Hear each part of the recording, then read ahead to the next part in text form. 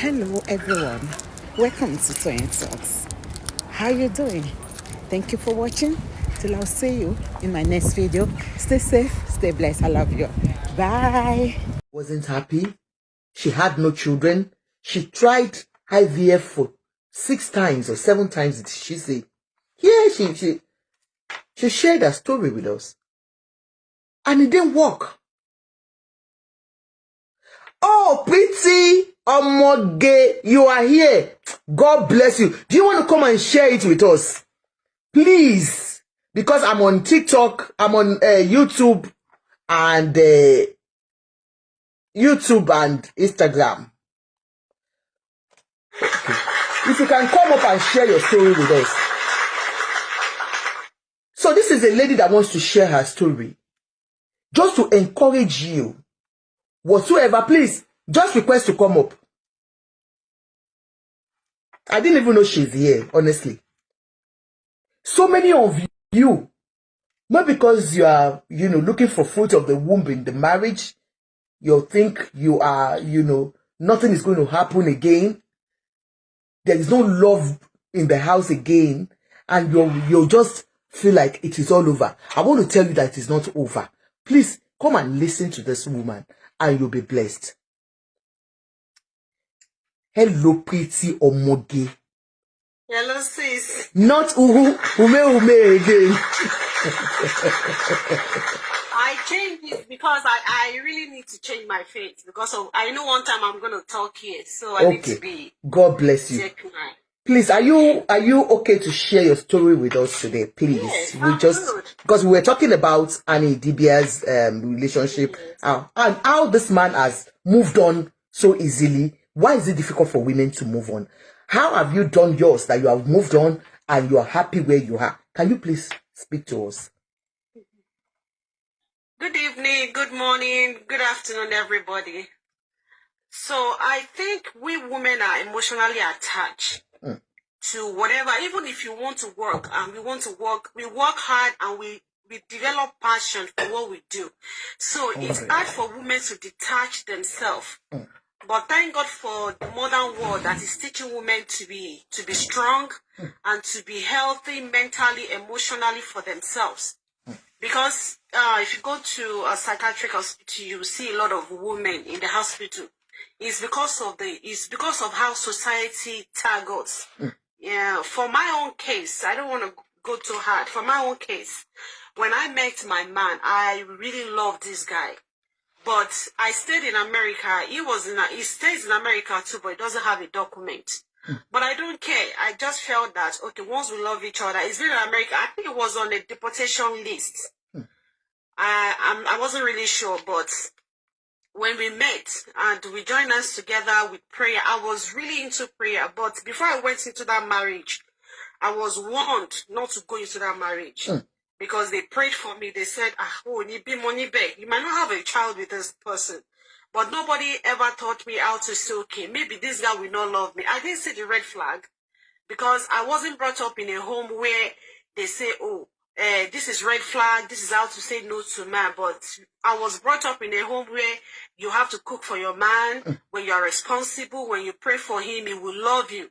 Mind you, I was brought up in Deeper Life. From Deeper Life, I went to Redeem. So all my life, I've never been with a man with that kind of a relationship. But when I got into the marriage, I found out that this man had issue. Sexual, he had issue. Go maybe for 5 seconds. I don't even know. But when I found out he didn't open up to me, I saw he was on the phone. Then when he opened up to me, I said, there's no problem. So I shared this with my pastor. My pastor taught me how to go along. I shouldn't complain too much. I should be praying with him. I shouldn't rub his ego because of a man. He might feel kind of. But along the way, I didn't know maybe it was detached or anything, but I felt there's a space in this marriage. I don't argue when it comes to money. He has access to my account. I don't even hide anything from him. But to me, I felt because of what he was going through, he couldn't cheat on me. I was like, this would be the last person to cheat on because I knew what the problem was. But, I don't have friends. When he goes out, he meets me at home, and from home to school, from school to work. So that has always been me. But I realized one thing later, that men don't care. No matter how you present yourself, if they have it on mind, they will not go down with you. They will not go down with you. So all the while that this man don't stay home, people out there knew what was happening. All of a sudden, he started. I don't want to mention his business. It was in a big business that he was making money. But for me, even though it doesn't touch me, sometimes I do feel for him, maybe because of his family background. I tell people I have best marriage. So within me, there was this thing that I'm not always happy. There was emptiness there in the marriage. Yes, but I was in denial that something was going on. That I cannot go out and come back and hug my husband. He will do one kind. Back home. Do you know that all my years with this man, I kissed more than 5 times? Wow. And I didn't know. I just thought it couldn't, because I am a very clean person. So I had to accept it. But this is what this man is. But I wasn't happy. I will come on. Sorry, can I ask you a question? Did you meet him, in the church as at that time when you people started? Did you? Yes. You met in the church. I was in New York. Yes, my pastor introduced him to me. Oh. Yes, my pastor introduced him to me. So all this while I don't know the difference between a man has to be, but all I could do was to cook for him, make him. I do his laundry. I don't all come, but when it comes to a man paying bills, I don't have issue. I use different cars. I don't have issue, but there was emptiness. Sometimes I sit in my car, I will cry and cry and cry, pick my call, just talk to people as if I was happy. Sometimes I will be in the whole house by myself. I will just be lonely. I will watch movie. I got used to social media. Even if a man asks me out, when he comes back, I will tell him. He won't say anything. Wow. But yes, he won't say anything. He won't do as if people anything to share it. And and I don't know. I hide myself from everybody. That I was broken inside of me. When I see a man and a woman holding their hands, I feel like, oh. But I remember this is the same thing my dad does to my mom. Did to my mom. When my dad wasn't that affectionate. So in my mind, I felt that African that was men perfect. are not affectionate. Yeah. Yes. That was appropriate. Yes, ma'am. So when I remember his own background too, his father, the way he treated his mom, he told me how his father treated his mom, and his father was married to every kind of carry different women. So they have this group, they are men, that when my ex-husband travel on Thursday, might come back on Tuesday morning, sometime on Monday morning. He said he went for work. And so I think at a point I was on fasting one day. So that was the first week in January. I called him just to pray with him. The first week that everybody will fast. This man did not pick my call, and he was on WhatsApp uploading his status.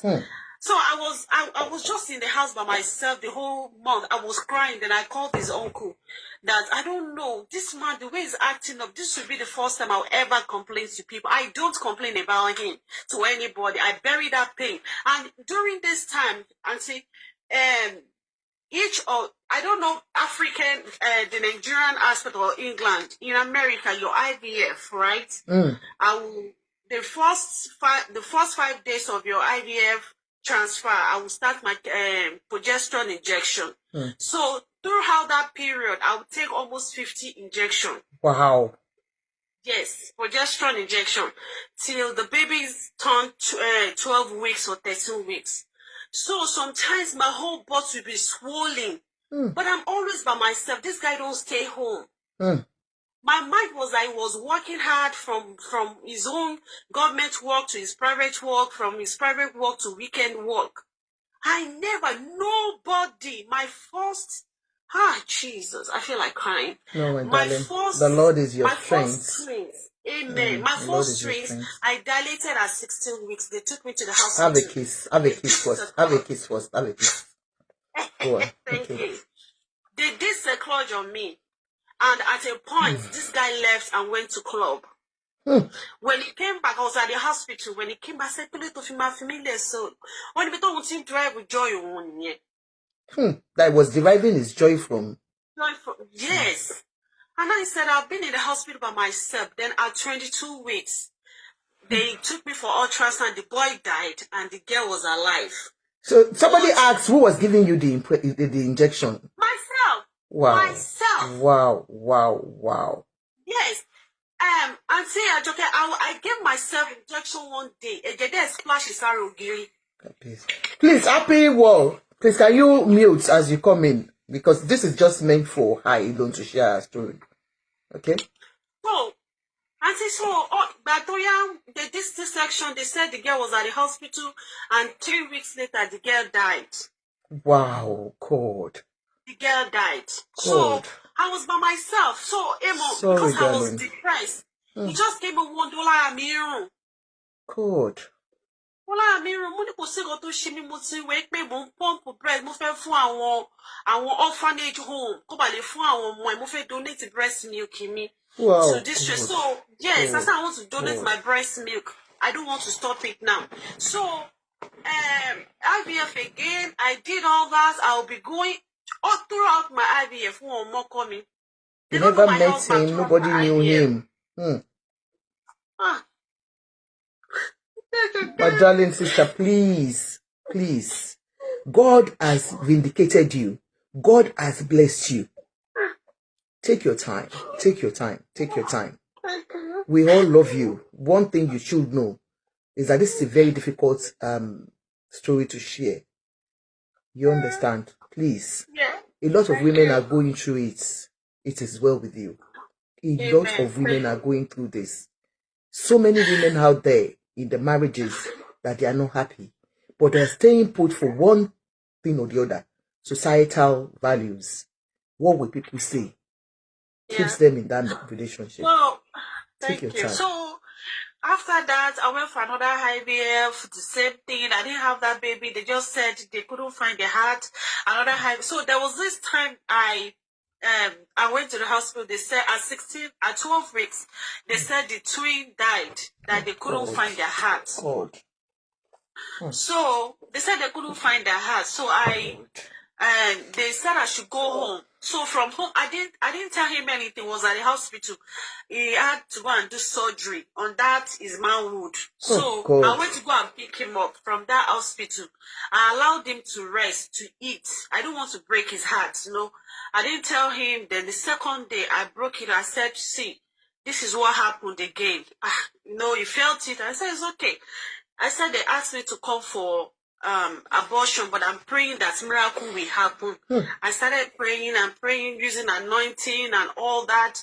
But a week later, just not to develop infection, I had to go to the hospital. So I went to the hospital, and he didn't go with me to go and do abortion. Imagine, just to evacuate the thing of God. So they said they would do suction abortion, evacuation. So there's something they call suction. To just suction it out. And so when they did the suctioning, and the doctor said, how do I want to go home? I said, I will drive myself. He said, no. God. They had to call him. They said, no, you can't drive. Under anesthesia, you can't just drive. Do you know that you are still under anesthesia? So somebody needs to drive me home. When I called him, he said I should call Uber. What? I said, yes, sir, I should call. I said, I can't call Uber. And later he came to pick me. So I was crying in the car. Then I now felt like I need to drink Milo. Because I'm not a Milo person, I'm more of a Lipton person. So he said, lose it by Lenny. Jesus Christ. So I said, in my eye, that made me cry. I said, I've been so nice to you. I've never had issue. I'm not saying I'm perfect, but I'm a woman that honors this man so much. Even during our tax return, I don't tell him how much I want him to pay me. As long as he buys food in the house, I'm okay. I don't trouble you. I don't stress you. What do you want? But I never knew this man was cheating. So one day, I don't know what happened. My spirit just went home. I called him. He didn't pick his call. My spirit quickly, I was at work. said, why didn't this guy pick his call? Because pastor already told me that you will. He said, whatever that will make you leave that man will happen soon. Since you don't want to leave this man. But I don't want to open up. See, sister, a lot of us are broken and we don't know where to start from. We think about our age. We think about our family. We think about what people will say. I became so depressed. I forgot everything about myself. All I was crying for is a child. I said, God, even if I want to leave this man, let me just have a child. Yes, so I will not be looking for a man at this age. Because what will society say? A man that turns you to be a divorcee, a man that turns you to be a single mother will be the one to speak against you. So I don't want that thing. And I don't want people that have warned me against him. I don't want them to overcome me. Because of the mockery, because of the shame. Mock me. Yes. And again, I think sometimes I blame church for it. When a woman comes to you, stop forcing them to stay in that marriage. God bless you. Stop making it feel like when they leave that marriage, God will not answer their prayer. Don't do it. Please, as you come in, can you please mute? I'm just bringing you up because I didn't want to disturb this interview, please. So after 10 years, when I found out I was cheating, he's been with this girl for 4 years. I'll just disconnect this person. I'm not bringing anybody up for now. Go on, man. So, he's been with this girl for 4 years. How I found out, he didn't know. It was unknown to me either. So, when I found out, and there's a camera in his dealer shop, and when he says something about, I started recording everything he said. So when I recorded it, I showed it to him. I broke down. I packed my clothes. I was crying. I was in pain. I lost 7 babies because of just for this year. I stayed. I felt single. I was married but single. What else do you want? I don't club, I don't party, I don't drink. All I do is to pray. I pray to God.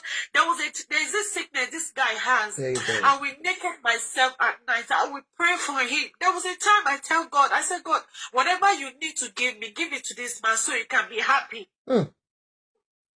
I told, I will go, I will anoint his head, I will anoint his feet. If this guy goes to club, he will come back and meet me praying.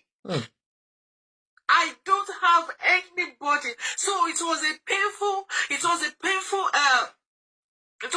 time for me that there's nobody for me to call. The church I thought I could call, I know they will speak against me. I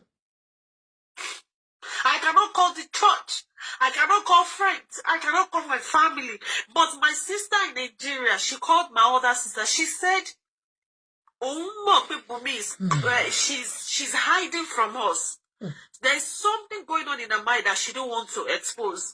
But I pray that as time goes on, God will expose this thing. Because I hide everything from my family.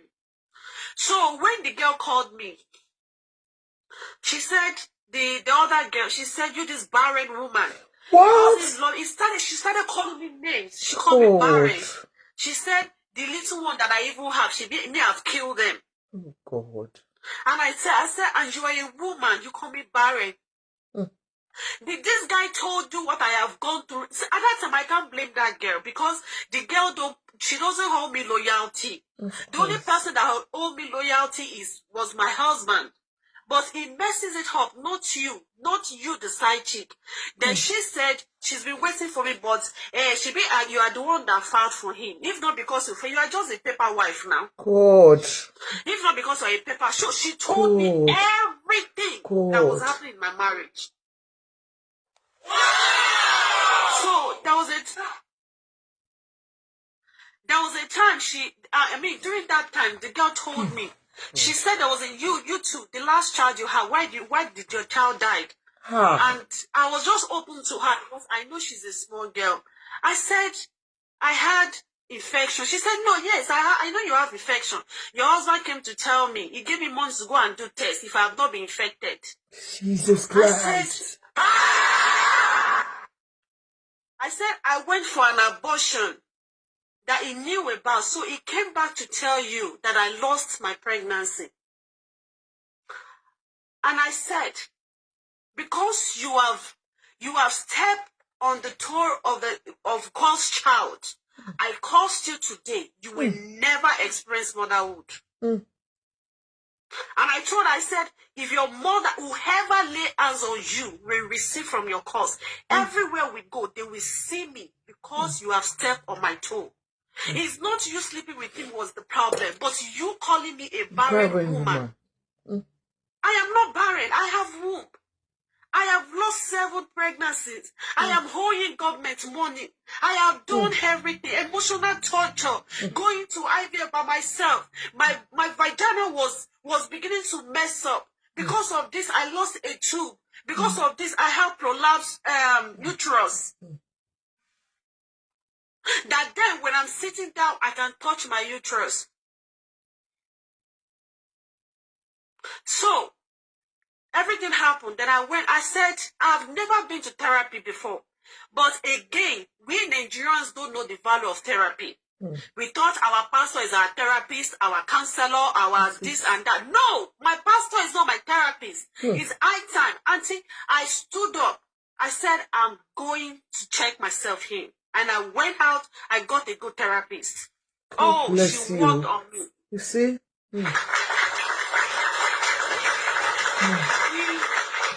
She worked on me. She said, you are not leaving now. You will leave, but I want you to heal before you leave. I don't want you to be broken when you leave. I want you to sit down there and heal. However it's going to take, this is a white lady.